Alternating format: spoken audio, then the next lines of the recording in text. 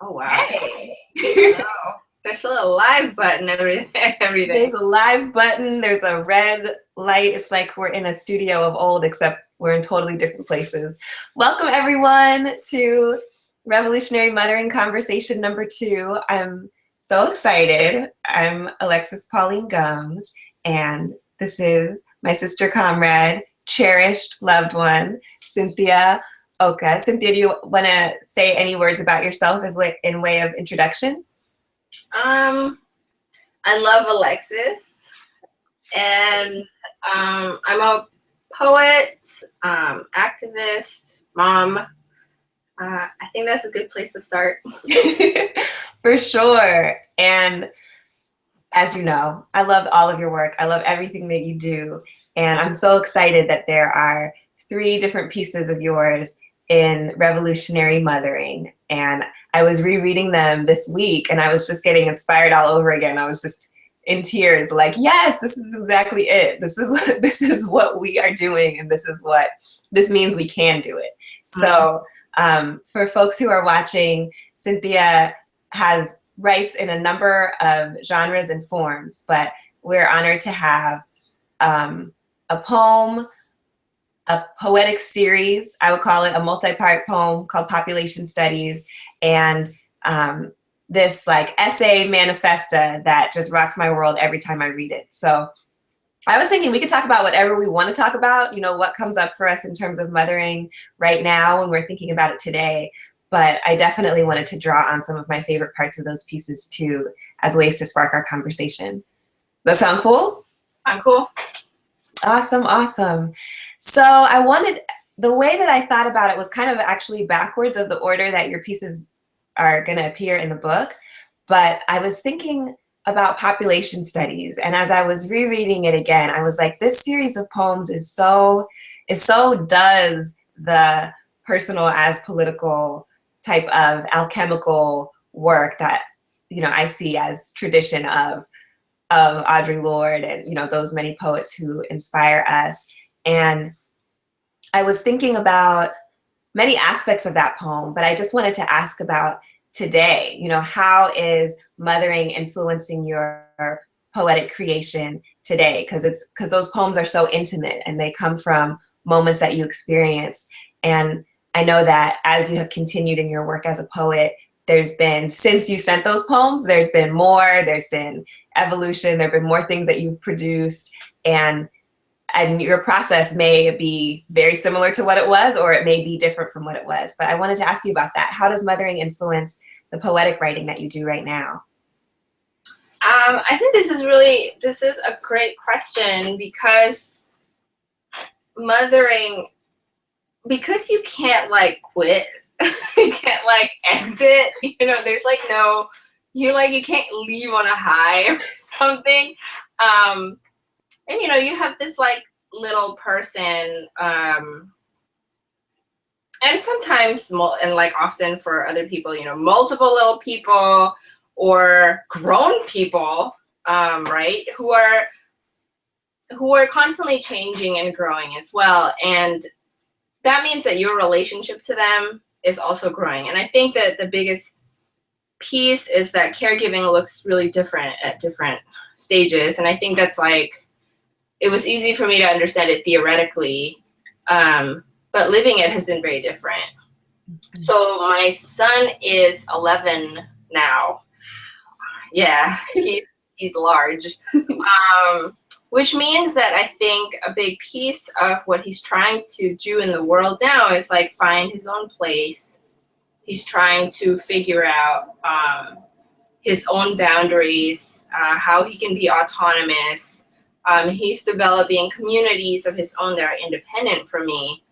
So I think that has also really shifted how I mother and how that impacts the work around mothering, or that mothering touches. So I think previously, when he was small, it was very much like I really had to produce in the cracks. I think a lot of the writing happened in a very urgent way, because it was about helping me to get through to the next day, and him as well. Whereas now I feel like there's much more space for me to negotiate with him because he is dependent on me in a very different way. You know, I think that it means I can negotiate with him for much more, for like chunks of time that are just mine. So I think that has been an interesting conversation to have with him, is to ask him to understand where I'm at and what I'm doing. Like something that I couldn't have those conversations before when he was much smaller.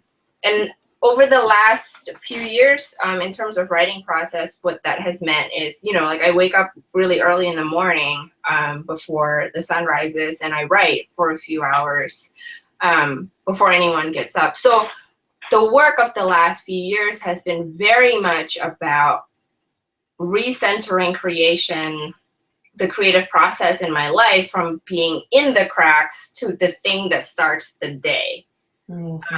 And for it to kind of grow and take up more space. And it's also been a beautiful process of reclaiming myself and like the autonomy of my body and the autonomy of my mind, not, you know, being not, I mean, you don't really worry less. It's like but the worries are different. The work looks different. There's a lot more conversation that goes into it than before, where it was just like you had to be like 7 different people at the same time, right? And now it's like maybe 3 different people at the same time. But then you have to talk a lot more with them and figure out, okay, well, what do you want to do? How do you feel about this? Because I think it's really important, particularly for young people of color, to feel respected, especially seeing what's happening all around in the world and the devaluation of their lives. I think that teaching them like really early on, I think for me it's really important to make him feel like respected, that he can say no to things, that he can say yes to things that he wants. And those were things that I didn't have when I was growing up. So that's kind of like a roundabout way of answering your question, but I hope I did.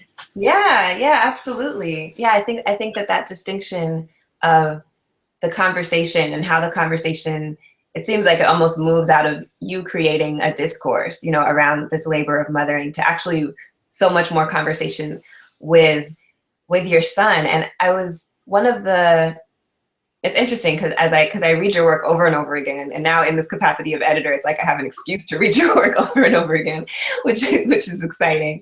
And as I was reading population studies again, the section that really struck me was the found poem section, which has lines that come from basically these, you know, very destructive narratives and things that people say, particularly about young moms of color. And I wanted to ask you to today think about, it seems like, so there are still discourses around, obviously, around moms of color and young moms of color, and there were before then, right? It's a very long tradition of these narratives that are created to criminalize young moms of color. And now your son is a preteen, right? And he is getting older and he's moving into being, you know, a young person of color himself. And I just wonder about, as you look at the discourses that are happening right now, right? As you mentioned, that right now in the media, there are certain conversations that are happening that are recycled, that we've seen, that are familiar, and there are certain slants on it that feel specific to this period. What do you think about the narratives that are circulating right now around mothers of color and the practice of mothering, but also around young people of color and how they are visible in the media in this moment? Oh, wow. That's a big question. I think that, you know, I think it's really interesting because I do think that we are talked about very much like, we're talked very much about like climate change. Yeah. Like the thing that must be prevented. Like I saw this clip of like President Obama the other day. I believe he was, oh my God, he was at a university. Was it Howard? I can't remember. He was at a university. He was giving a talk about like poverty and stuff. And he was talking about, you know, the importance of like investing in public schools and public parks, and and how if we bother to make more of those investments, then and the first thing he said was like, then less young people would get pregnant. I was like, for real though? I was like, I don't think I got pregnant because there were not enough public parks. I mean, I think there's just like so much more that goes into it. That's not, and I understand the point that he was making about, like giving people access to things to do as like young people. But I think that's the misconception a lot of the times, is the idea that young people get, pregnant because there was nothing better to do.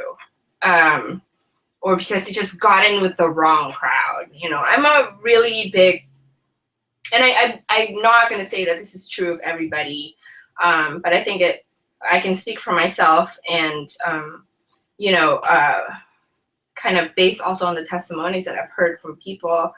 I think that there's like a really serious lack of love for young women of color, and we see this in the ways that, the things that we go through are conceived as like the most horrible things that could happen.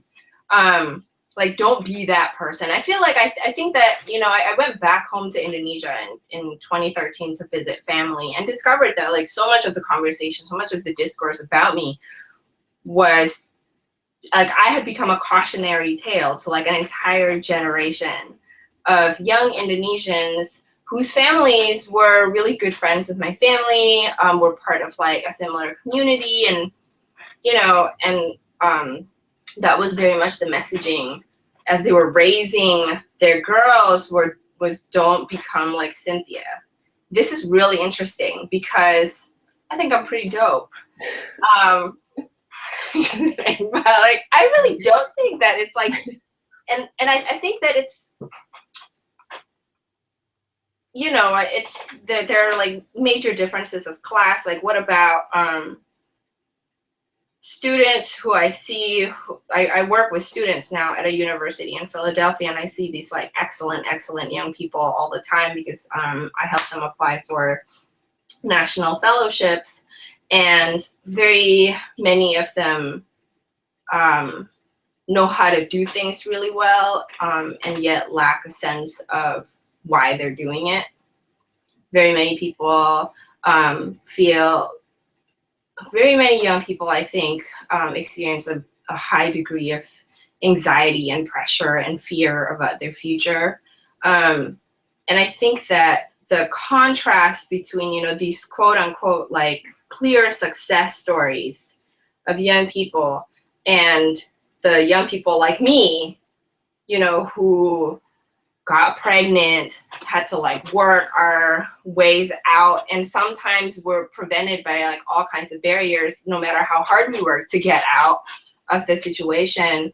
I don't know, I think that there's like something off in between, because like when I see what's happening with like even, the cream of the crop type of students and type of young people that are, valorized as like, this is our future and blah, blah, blah, like I'm not seeing that, like that doesn't seem desirable to me either, if that makes sense. Like the fact that you might graduate summa cum laude with all of the degrees and like come from a really great family, unless you had a ton of money already backing you, you might be like a really badly paid adjunct for many years. And I'm talking about really practically speaking, just apart from even like community organizing and being able to kind of abstract these issues a little bit and talk about the kind of world that we want. The kind of world that we live in doesn't provide models, even for people who have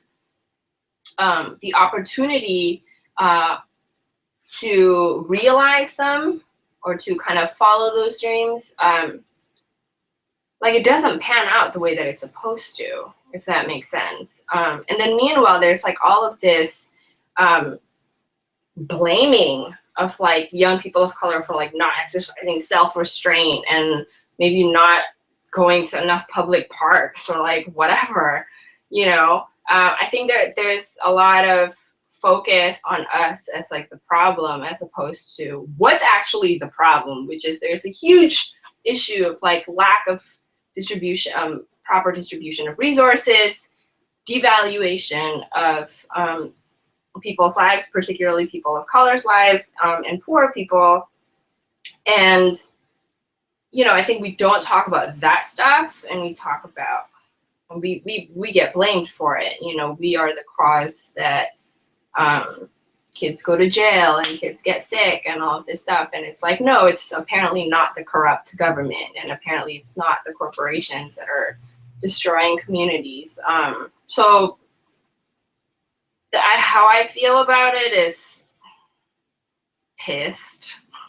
I feel angry that that's happening. I think that the young mothers that I know and have had the privilege to witness show an incredible amount of resilience and creativity and commitment to each other and to their children, and are some of the most generous people that I know. And again, and this is not to romanticize the situation, but it is to say that that's how you have to be to make it, right?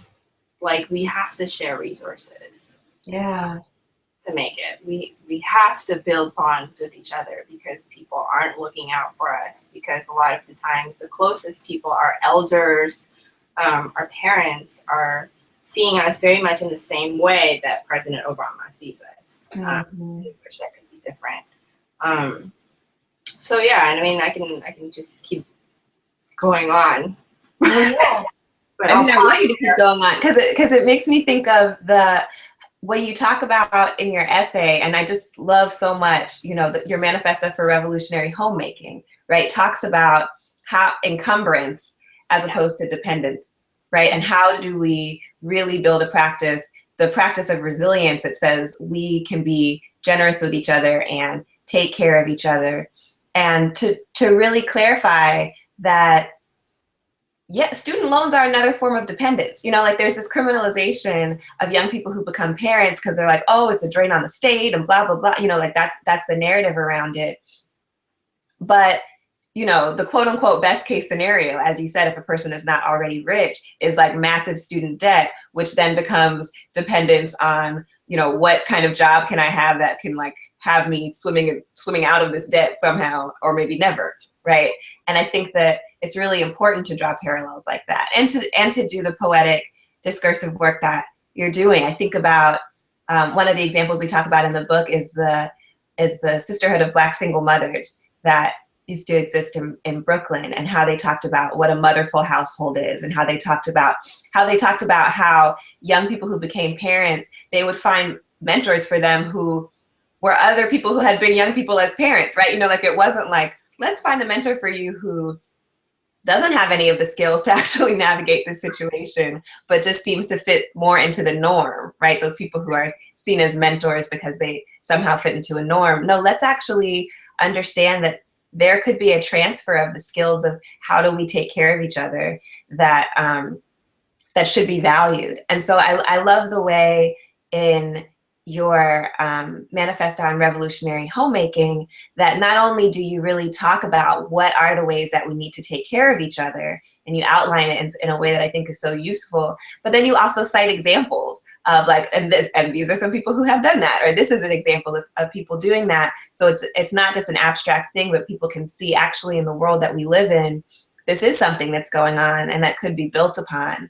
And I wondered, as I was rereading it, I wondered if there are other examples that you're present to now, or, you know, when you think about this concept of, and I want to be really specific because, you know, you talk about neoliberalism and you talk about the labor of mothering being undervalued. And we know that part of the narrative that pushes neoliberalism is like, the state should not have to be responsible. We should not have to be collectively responsible for things like health and education and food and the lives of the people who comprise the state, right? That's the antisocial narrative of the state that neoliberalism puts forward. And a certain conservative approach to that says, therefore, everything should be taken care of by the nuclear heteropatriarchal family, right?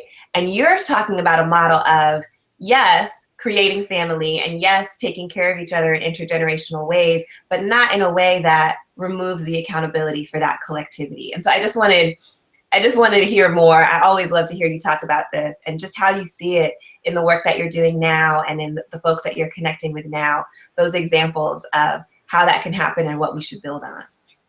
Right. I think that, yeah, I mean, I think this is like, when I was organizing with the single mamas back in Vancouver, I mean, this was like an issue that we went back and forth on so many times, and was a really like interesting, and it was a really interesting debate, and a debate that really touches on like how we talk about, okay, like, so we accept the premise that mothering is undervalued, and you know, like, what do we do next? Like, do we then organize for individual mothers to get paid for their mothering labor? Do we organize to like create these like collective schemes where, you know, it's like less individualized, but then it's kind of like the way that conservatives will be like, the church should take care of you, you know, and becoming these, you know, those kind, and then becoming these like little provincial like groups. That's the other side of neoliberalism, right? And it's just like the idea that if you plug into the right community, then, and they have like, you know, noble values or whatever, then the rich will take care of the poor and all shall be well. And, you know, and like, that's not, I think that's like wrong too. So, you know, where do we make the distinction? Like, how do we talk about this in a way that, puts us forward? And I think like the mistake is not the mistake. I think the fallacy is seeing the movement for mothering justice as separate from like the bigger movement to overthrow neoliberalism or to change the system, to make it something that works for people of color, for indigenous people, for like young mothers, for poor people, you know, and I think that it's not separate from that. It's that I think that it is important for us to claim our positions as mothers and caregivers inside of those movements, because very often those movements reproduce the same kind of patriarchy and heteropatriarchy that erases mothering labor, right? And it's, so it's about, you know, like carving out our seat at like the table and being like, we're here and we also have specific needs and issues that are interconnected with all of y'all, but like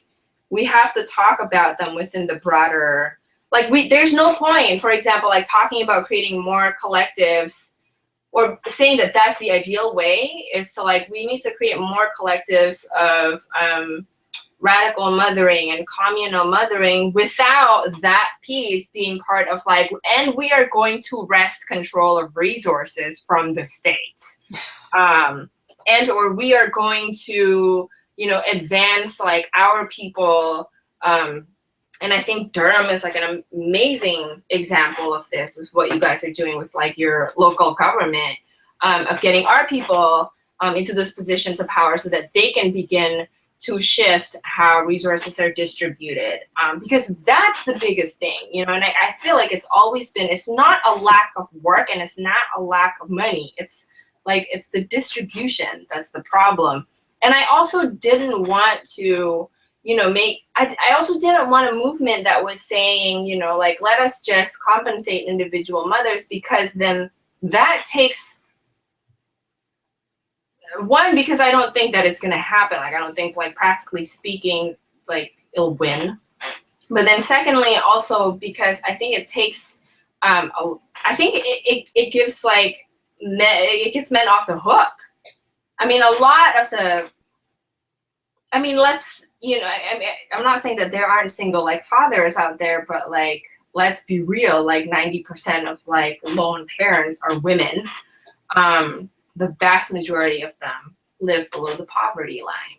Like, that's the reality. So, you know, and single fathers get applauded for taking care of their children, it's like not only something that's expected of single mothers, but something that is still talked about as like a kind of like a disease, you know, like you want to not become that person, like don't get into that situation, like whatever. So I think that in terms of examples, I'm actually really, I feel like really fortunate because I've had in the past few years a model that I didn't anticipate could working in my life, which is that I met a real partner who is a straight man who wants to learn this work. So I also don't want to, I don't want to, I mean, I think that it's just exemplary. I think that, you know, part of the conversations that I was mentioning earlier, like now has to happen is negotiations with this other person who has decided that they want to take an active role in my child's life. And that has meant for him changing the way that he thinks about everything in his life. Changing how he thinks about labor, changing what he thinks about expectations, changing what he thinks about success, changing what he thinks about everything that he's ever taken for granted. Independence, encumbrance, like all of these things. So what actually, the flip side of something that I'm learning recently is that, you know, this stuff is actually learnable, even when you're not, even if you're not the biological parent of the child, or it's like, it's not something that you chose in the sense that I decide to like adopt a child, for example. You know, I think that that kind of desire to take responsibility, I think is something that is really revolutionary to witness. And like, we're working on it all the time. It's not like something that we have down pat, but that's also like a model that I'm seeing. And it's not just, and I don't think that it's like the same as like, oh, you just, you know, we got married and then we had kids. Like, it's not, because like actually there was like a situation already established, like a person with a community, with a child, and this person wanting to come in and participate in a co-parenting way. So like, what does that look like? You know, how do things shift? What responsibilities does he take on and doesn't he take on? And I think those are constant negotiations that like we don't have a manual for, and that I've been really kind of in wonderment at seeing that, you know, like this is another way that works. Like believe, like I don't know, it's kind of like discovering faith again in people, because it was really hard when I was organizing also to feel like it was always pulling teeth to get people to care about the issues, to feel like childcare for events were always an afterthought, or, you know, to just feel like, yes, it's just, it was hard to believe that it could be something other than like another cute issue for people to be interested in, that it was like a commitment in the way that people commit to racial justice, and the way that people commit to migrant justice, and the way that people commit to these kinds of like established movements. Does that make sense? Yeah. And not just feel like it's something you do and then go home from. Right. Yeah. I mean, I think that that's part of why I think that the way that you talk about this concept of encumbrance is so important, and it's so powerful to hear you talk about, you know, the experience that you're having now in your family, because it's almost as if there's this idea of mothering, and I love the way you said it, right? That it is something that can be learned. And this is one of the guiding quotes, has been one of the guiding quotes for me, is when Alice Walker talks about democratic motherism, and she says, mothering is an instinct, yes, but it is also a practice. It can be learned. And she says that because she feels like it's actually something that must be learned by everyone as an approach to being on the planet. If the species is going to stay on the planet, like that's what has to happen. Mm-hmm. And part of what you just described to me also makes me think of and clarifies the resistance to it. You know, like that mothering is this labor, as you say, it's priceless, right? it's unrewarded, it's, you know, it's devalued, and it's also never ending, and it's evolving, and it's, as you said at the very beginning of this conversation, it doesn't end at the end of the day or at the end of 10 years, or, you know, like it just doesn't end at all. You can't quit. You can't quit. And part of what that commitment that you're saying is like the commitment to know that you're going to be completely transformed. You know, like you're going to be completely transformed in a way that is not particularly consensual. It's not like, you know, it's not as if there could be rigid boundaries to it. You know, like it's not like that. It's something that's holistically transformative. And actually, I think in some of the criminalization of mothering and devaluation of mothering as a practice and disavowing of mothering as labor, there is people are trying to protect themselves from that. They're trying to protect themselves from being completely transformed. Because that is scary, right? Like it is something that is totalizing. However, there are some of us who believe that it's not something that we can actually escape sustainably as a species. You know, that like no one can actually escape it. We are collectively accountable for these things that we call mothering, which means nurturing life, being fully transformed, you know, creating and transforming in order to create space for life to exist, and for life to exist, and for life to exist, you know, like that. And so I love the way that you say that. And then it's also beautiful to have this testament that, you know, your partner doing the labor of mothering, right? And like becoming a parent and choosing to partner in that, and also being chosen to partner in that, is something that reaffirms your faith that this is something that people can do, right? And it could be practiced. And we see it, you know, in the way that you describe how activist movements are defined in a way that excludes the labor of mothering. We also see the ways that it's unchosen. And it's almost like there's like a practice of, can we protect our movement from the transformation that makes it relevant? Like, really, what is the point of racial justice? What is the point of migrant justice if we're not going to have space for life, right? If we're not going to actually have help each other live on the planet? And that too, I mean, I think, you know, wages for housework and like mothering being paid as labor has a very interesting history, and it's a very interesting idea. But it also, it's almost like we also can't pretend that mothering is like these other forms of labor where you can quit, where you can clock out, where you should be able to quit and clock out, honestly, because you're working in a factory, it shouldn't have to be a lifelong commitment. You know? Like, why should it be? Right? That's like a question of rights.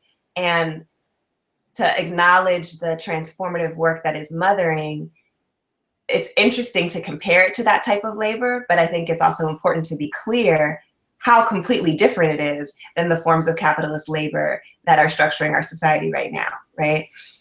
I think it really blows apart the idea of rights as the basis on which we should build movements. And I think that's why it's threatening to a lot of movements that have defined themselves on the idea of rights, of basically desert, right? Like, you prove your case for why you deserve this thing, and then you get the thing. That equation totally does not work in mothering. Like, no one deserves to like not be able to sleep for a week. Right. And that's exactly what you're going to do for many, many weeks if you have a child. And it just blows it apart. And requires instead a conversation about sharing, about interdependence, about communication, about trust. Because rights actually kind of like, if everybody's really clear what their rights are, like, what do we need trust for? Right. Right? And it's actually, I think it is dangerous for that reason. And I think it's why we still find it difficult to secure those seats, you know, at the table. I remember being very like going to like a huge activist conference like a few years ago, and I brought Paul with me, and how thoroughly invisible I felt. It was like people didn't even see me because I had a kid on my back.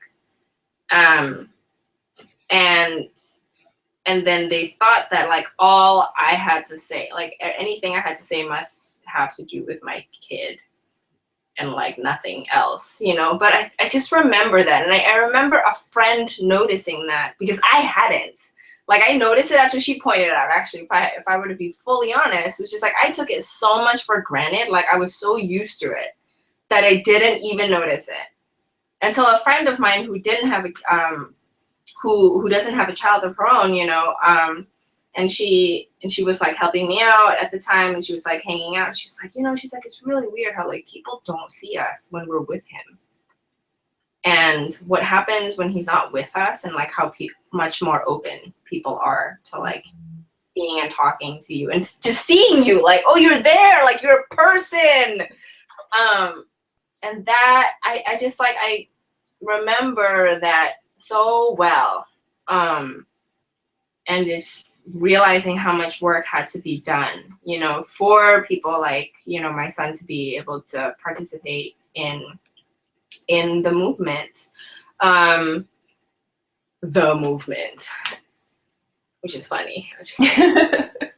But separate to that, the other piece that I wanted to mention also is the fact that this work, I feel like I can best explain it by sharing this example from my life. My partner is a multiracial man, and he doesn't look phenotypically like at all like my son, right? We live now in the past ever since that we've been like a family unit, we've lived in South Jersey, which is super white. And of the three of us, he has the most passing privilege, right? My son is very brown, very clearly like a person of color. And my partner has made it like really clear, and this was something that he and Paul decided in togetherness with each other, in conversation with each other, that they were going to be that, he said, you know, like, I will be your dad, not your stepdad.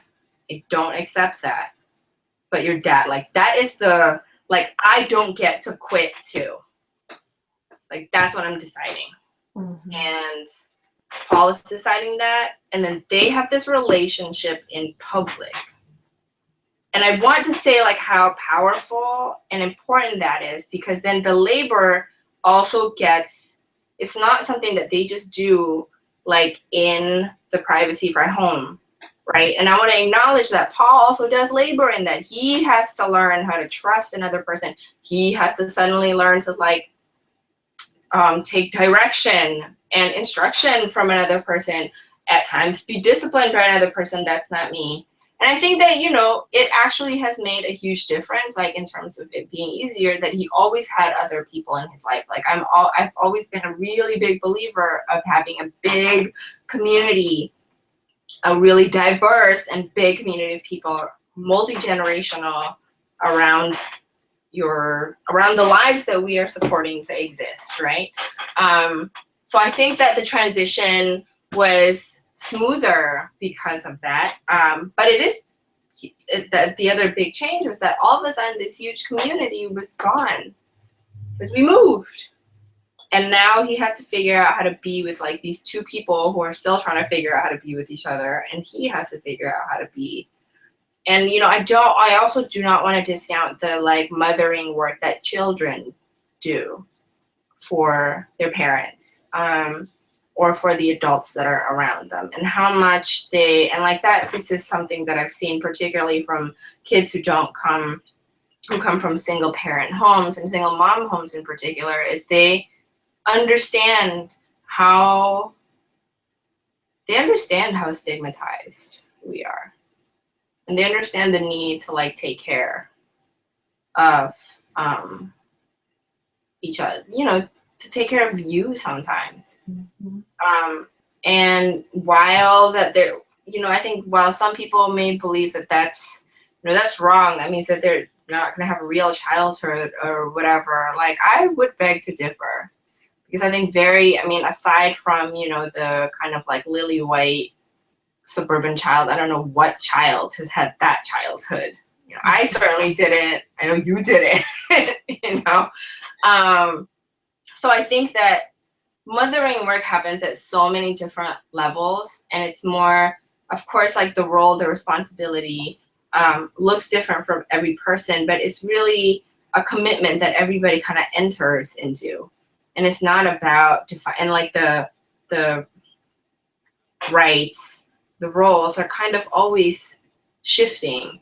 And I've seen from like this little example, of like the last couple of years, this kind of like family experimentation, really, the impact that it has on us, on seeing like what's possible, what's learnable, like we were saying, but also the implications for other kinds of movements, right? The other kinds of, like, when we talk about like challenging racism, what does that look like?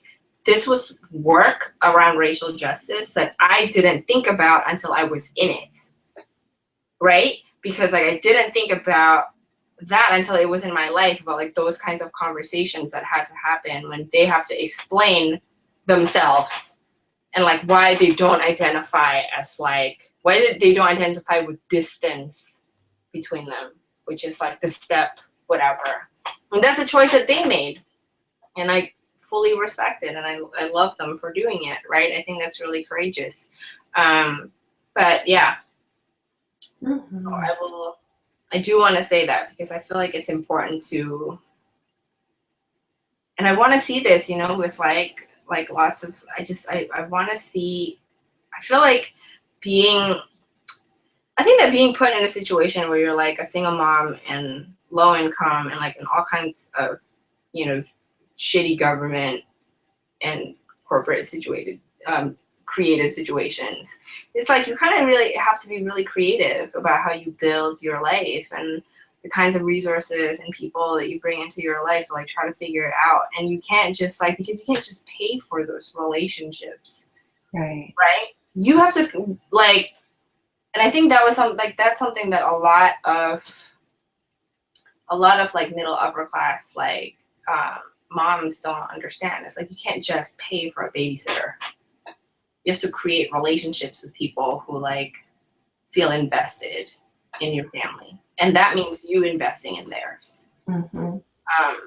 And it makes reciprocity a necessary mode of life, and it's something that I never want to lose sight of. I think that it's like really, really important for our movements that we do that, not just with people who like, not just around like issues that are like cool and hot at the time, but in this like daily, really mundane way.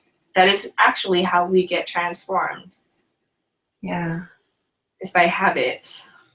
Yeah, exactly. By repetition. By repetition.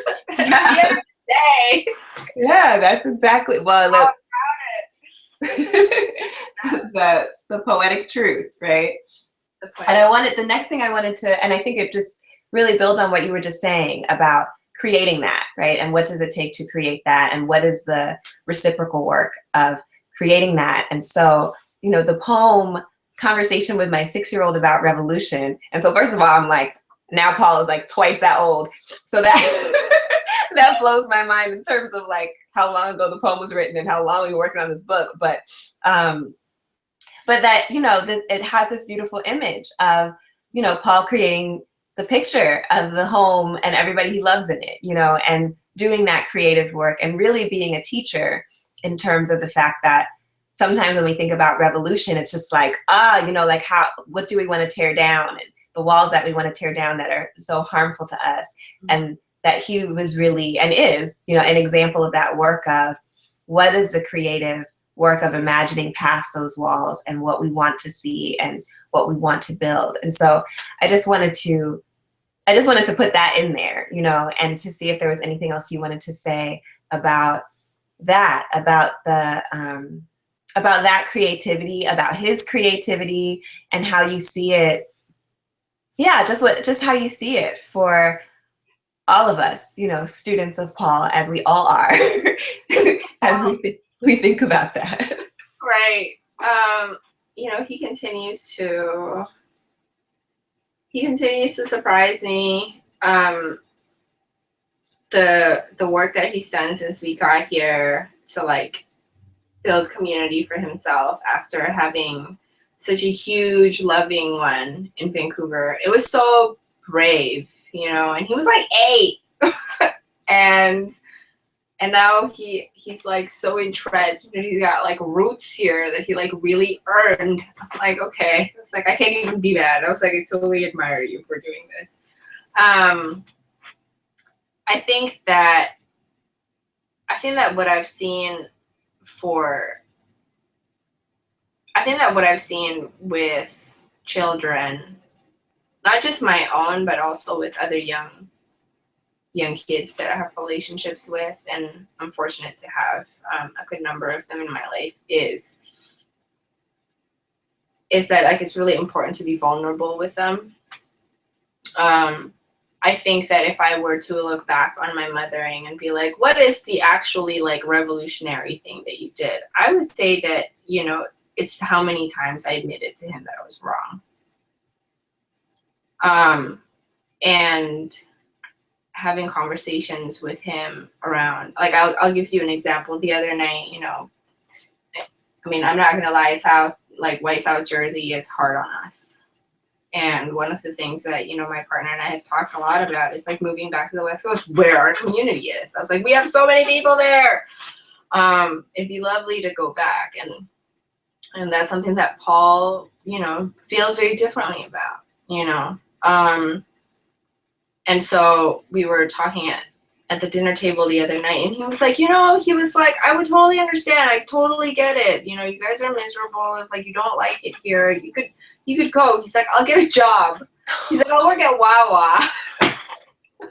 He's like, I'll make grocery money. It was just so funny.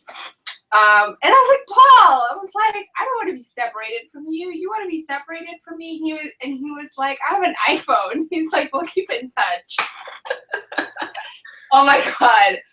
And I remember, and he's 11. He just does not, he has worked so hard for the friendships that he has now. I get it. Like now, in the moment, I was like, you want to be separated from me? Like, what? How dare you? I was so hurt. And I was so hurt. I was like mad, like in that moment. And he like, and then I realized, afterwards, I was like, how brave it was for him to do that. Mm-hmm.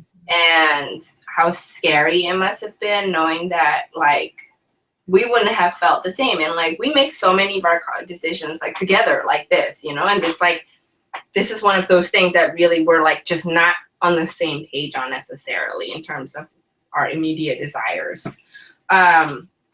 And I went up to him afterwards and I talked to him and I told him that I thought it was very brave and that I had a great deal of respect for him saying that, and he was like, thank you. He's like, I didn't really mean it about keeping in touch. He's like, I didn't really think that part through.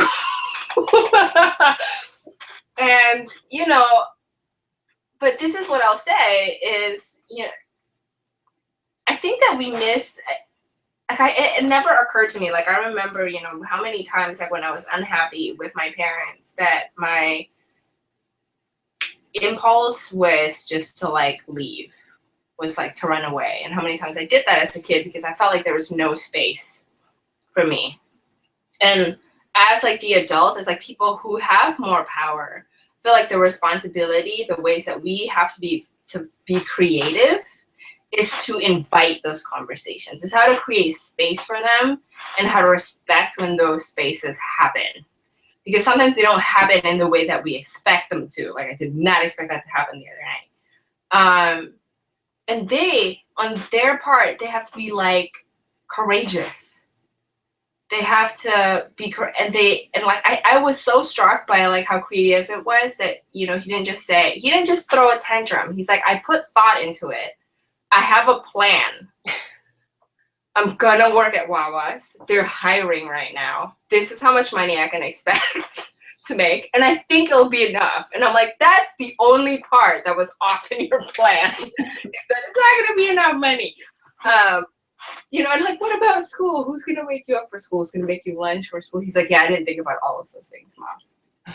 And, you know, I think that that's like that's how he's grown from the child who 6 years ago drew a house with like everybody that he loves in it. And it was just like, I remember like seeing that picture and like crying because, you know, it wasn't just, there were so many people in it. And they weren't like blood relatives, you know, they were just like, they were all of the, we have never been able to rely on blood relatives in like our lifetime. So it's just like the fact that like he conceived as his family as this like huge, beautiful, malleable like thing was so amazing. And like to see like this is the evolution of it, you know, is that he's willing to negotiate those things with me now. To also step up for the community that he is building. Like that's beautiful, right? It doesn't solve things for us, but it means that we have like more negotiations to do. We have more compromises to make. We have more we have more transformations to look forward to. Because I know that if I'm like, okay, like if we decide to do this and we're gonna honor what Paul wants, like I have to be willing to be transformed some more by South Jersey and Philadelphia. I have to open myself up to it. And the resistance is very much what you were saying earlier. It's like, you're like, oh my God, I don't know how much more I am willing to change.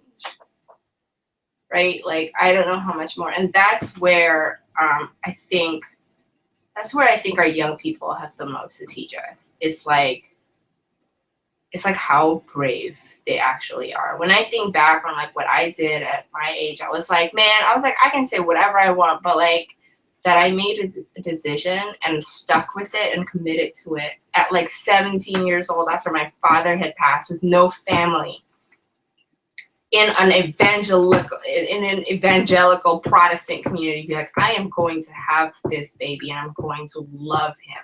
I was like, that took huge ovaries to do. Mm-hmm. Like that was so gutsy. And like I don't know, I think that remembering that quality that they have, that I think we can lose along the way. I don't think I'm that person anymore. Like, I don't think I have that reserve in me in the same way, you know, and I look at Paul and the things that he's willing to do, and I'm like, I don't know that I have that reserve anymore. So, like, that's what they have to offer us. It's like we can draw and be reminded of those things when we're around them so that we don't just see this thing being the possibility, like the constant confrontation with this wall. Because I don't know, like I do feel, I don't know, I'd love to hear your thoughts on this. If you feel like, you know, like we're banging our heads against a wall, like these days, in a lot of the ways that we're organizing, not all, but in some of the ways, it's like we don't know what else to do. So we keep banging on it. But behind that one, there's another one. And behind that one, there's another one. And behind that one, there's another one. And I just keep thinking there has to be a different way. Mm-hmm. There must be a different way. So. Yeah, I mean, and I think one of the things that is, that helps to perpetuate that is that it's, well, one, as you said, that kind of resignation, right? Like that this is all that we can do. And then also some of the, what would I say? Like, to describe it, like the cheap rewards or validation of just being able to be like, I'm the best person to describe the wall. And I'm going to like be so good at describing the wall. And then I'm going to be better at describing the wall. And that, you know, like that the energy is really, I feel like I felt tricked in that way of being like, oh, people are always like, yes, when I'm like just describing how messed up things are. And then that in myself, I train myself to cultivate that, and I steal energy away from, not to say that that's not important, but I steal energy away from the at least as crucial work, or maybe actually more crucial work of like, but how do I imagine how it could be different? How much am I looking at where it is different? You know, like what is the, what's just the calculus of my attention when it comes to that? And I think, so I'm saying that about myself personally, but I think on a broader scale of movement, that's part of the reason why we wanted to create the book Revolutionary Mothering, because it was like, this is that. Like, this is where the work is happening, and it's inescapable work of saying, I'm going to create space for life. I'm going to create space that is organized by love, you know, and do it every day. And that there's an ecology to that I really believe can have a transformative impact on our movements, on, you know, like this is what I think is so beautiful about your poem, on what does revolutionary mean? You know, like, how do we image what that means? And it makes me think about, I'm always thinking about these people, right? But it makes me think about Toni Cade Bambara, where she talks about the issue of roles, and she talks about what's revolutionary and what's not revolutionary. You know, and she has this moment of saying, it's not revolutionary to be out at the rally and your kid is at home struggling with their homework and, you know, feels that you're unavailable to them, you know, like, and she's saying this especially because of masculinized definitions of what's revolutionary and what's movement, and how people are relating to those, not relating to intergenerational labor in an accountable way, but especially how people socialized as men were feeling like they didn't have to be responsible to do that. And she also says in the issue of roles that we don't even get to know what our roles are. You know, she's like, we don't even get to have gender. Like, man and woman is something that was created by the people who want to destroy us. Are we brave enough to be in a transformative relationship to who we are, where we don't even get to depend on those boundaries and try to reproduce them? Like, where we really commit ourselves to producing our lives as the next thing and the next thing that we need. You know, she wrote this in 1970, and I'm still like, what? You know, like, just my mind is blown by it. And I try to be accountable to it, right? Like, well, what does that look like? You know, where are the spaces where a certain image, and an image that is better funded, an image that gets more publicized about what is revolutionary, is running my actual daily economy of time, and what I'm thinking about, and what I'm prioritizing, and what I'm doing, not doing in my relationships, you know, like that really does have an impact. And so we have this hope, right, that by gathering you and all of the revolutionaries that we know and see and love, and being like, no, this is a space where this is the center, this is the revolutionary work, this is the organizing concept that builds the world that we want to have, that we can heal some of that and help with some of that. And then also just validate the fact that that's already happening. You know, it's, as you said, it's happening in a way that is undervalued, that is priceless, that is overlooked, you know, all of those things. And that if we really thought about what would we prioritize, if we really wanted to have the picture that Paul drew, you know, like, if we really wanted to exist, it is a complete shift in what we actually do with our time, and how we become incumbent on each other, instead of reproducing the forms of dependence and individualism that we're taught over and over and over again to value, and to use to value or devalue each other. So yeah, that's what I would say, is that it's you know, it's not that we're just imagining the wall. You know, it's not like, oh, just pretend the wall isn't there. It's definitely not that. But it is also like, is there, you know, like, where is how do we see the picture that Paul drew, which is beyond the walls? You know, like, how do we see it and hold it and have that at the front of our mind, and be organized by it, and be reorganized by it, and be reorganized by it again, in a way that allows us to shift our relations, you know? And I believe in it, you know? And so I think that and how do we continue to remind ourselves to believe in it? What are the rituals? What are the repetitious practices that we do that build our belief in that, to be big enough so it can counter the very viscerally felt, the very traumatically reinforced vision of the world, that the problems of the world that we are surviving right now? So yeah, that's That's the idea. Yeah. That I see you and Paul both as such leaders in that, you know, and so that's part of the reason why I'm really glad that we could talk today, but also I'm just really glad at the work that you do. I'm just appreciate you for waking up in the morning, you know, and starting your day and making space for this work that you're doing, because it is so crucial. I'm fed by it. I am part of the multitude that is affirmed and taught and reorganized and fed and healed by what you're doing in your family, and then what you're doing to alchemize that into something that can be portable, something that can be visible, and that we can use to replace some of the concepts that really we're here to outgrow. Yeah, you're so articulate. I love it. I love it. I could just listen to you forever. But I feel the same way. I really agree. I mean, but I think that that's such. I love that you pointed that out on the piece around we get rewarded for describing the walls.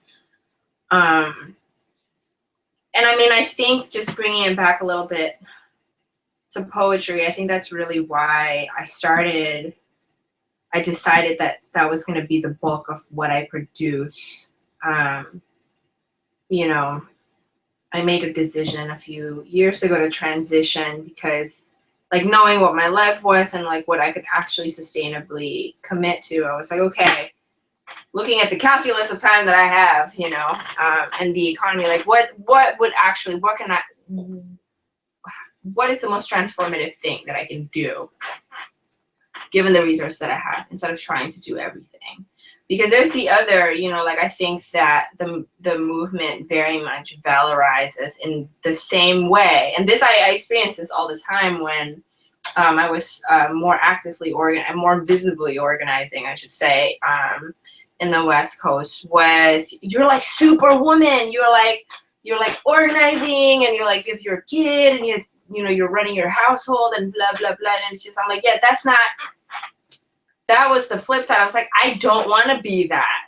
Like, the point is that people shouldn't have to do this in order to live, you know, and like, that's not, and I didn't want the heroism and the, like, I don't know, idealization that happens. And it's so funny, right? Because it happens like when you don't look like you're 16 anymore. Because before that, it was just like, don't be like that person. And then afterwards, like, there's this weird thing that happens as like women, and then like our bodies change, like the way we look changes, and all of a sudden, like, you made it into the realm of adults, and then you become, and then okay, like the same people who like a few years ago were like, are suddenly like valorizing. I'm like, yeah. It's like, I know what that's about. Like, no. And suddenly it becomes, you know, about doing everything and being awesome all the time. And I'm like, I don't see how this is any different from the neoliberal discourse and narrative. And, you know, I think that there's so many different ways that your identity gets like packaged up, and it's, I don't know, because I think that you can either describe the wall really well, or represent that wall really well, or like represent an exception to that wall really well. And these are all so distracting. Mm-hmm. It's just so distracting, because if I were to be fully honest with you, like, what do I feel in the last 3 years has been my biggest accomplishment? It's like getting to a point where every 2 weeks my entire household can participate in cleaning the house together, like all of the laborers shared equally according to capacity, and not fighting about it, but feeling like we are doing it for each other and not resenting each other for it, getting to that place. Because honestly, and being like, and this is a space, this little corner of the world we're going to decide to take care of together without being dysfunctional. 3 people who come from like really different situations, because even though Paul and I were a unit, we experienced that unitness in very different ways. And And, you know, Sev, my partner, was new to the situation. And like us all three, starting from all of the mistrust that we had and all of the gender socializations that we had and all of the baggage that we carried, deciding, I was like, this is together, we're going to do this. And honestly, that's like, I feel like that's like a microscope, that's like a microcosm of like what the revolution should look like to me. It's like this thing that you like do, not this state, not this thing that you do, like you're like all the time, and it's not sexy and it's not sensational, and you only really kind of notice it after it's happened. That makes sense, you know? You're like, oh, things are changed, rather than, I don't know, like an idealized state that you're like, that you want to reach. And it takes so much faith to like do those little, it takes more faith, I feel like, to repeat the little mundane things where like the changes aren't evident to you in that moment, than to do like the big thing. Like I am like at the rally, like fighting with the police, like I can clearly see what I'm doing right now, and like see the resistance that it's engendering, and clearly this is revolutionary because of what it looks like and what it feels like right now, because of the adrenaline rushing through me, you know? And I look back on like the past 3 years, and to be honest, like that has been probably like my proudest accomplishment. It's like the way that we are able to work now together around the thing that is the least fun. That's the least sort of like obviously amazing thing to do. And I want to see, like, I think that's really been, you know, that's like an ethos that I learned from my mother. Was like a child laborer back in Indonesia, and she has like this really interesting perspective and relationship to labor that I'm grateful to have witnessed and inherited in some ways, you know, where, and I think that Marx kind of had it right. Like, I think he kind of had an idea about it, but like she was like a living example of what it means to value labor as a humanizing practice, right? As like a thing that binds people together instead of like exploits you and makes you an abstract commodity, but actually allows you to realize who you are, no matter how menial it was. And I wish that that's something, like I would like to see that being part of like our ethos in like larger organizing schemes. And I think for me, the humbling part of the last few years, because I've been separated from the regular networks that I had, and you know, the community that I could sort of, that I had like built over many years and like could count on, and like felt they could count on me. It was like, it takes, I don't know, it's like it's been humbling to be like somewhere I'm like, I don't know anyone, nobody knows who I am, and like I have to start over literally from scratch and figure out if I can make it work just with 3 people. And maybe if I can make it work with 3 people, maybe I can make it work with 6 people. And maybe if I can make it work with 6 people, you know, that's been like another lesson in the last few years, was because I think I saw a lot of dysfunctionality in the ways that I was organizing before, where, you know, we had like amazing people involved, amazing things to discuss, like really important things that we were fighting for, but that togetherness wasn't there really, you know? It was like all assumed togetherness. Mm-hmm. Not really built togetherness on like, we have like scrubbed the same gross floor together. God. So anyway, yeah, so I'll end on that. Yeah, no, that's perfect. I think that is perfect. And I think we're gonna close out, but I just feel so grateful to you, and I really appreciate you for having this conversation, and I just can't wait. So the So we're on PM Press's fall list, which means the book should be in hand by February. That's confusing because it's on the fall list, but that's okay. So by February. So now we don't even have to think about, next Mother's Day, what we're going to do. We're just going to give everybody revolutionary mothering. Right. I'm going to try, are you going to have a big launch in Durham? Yes. Oh, you have to come to Durham. Yeah, I really want to come down for that. Hopefully before too, if I can get time off work. But yeah, definitely for that. That'd be great. That'd be awesome. Yes. I want to see you again so bad. I know. I miss you. I'm excited to see you soon. Sooner than that. And okay. I'm going to press end broadcast now. But thank you everybody who watched and is watching. Thank you for listening. I know you're listening. And yeah, we love you. Excited to hear what your comments are and what you think.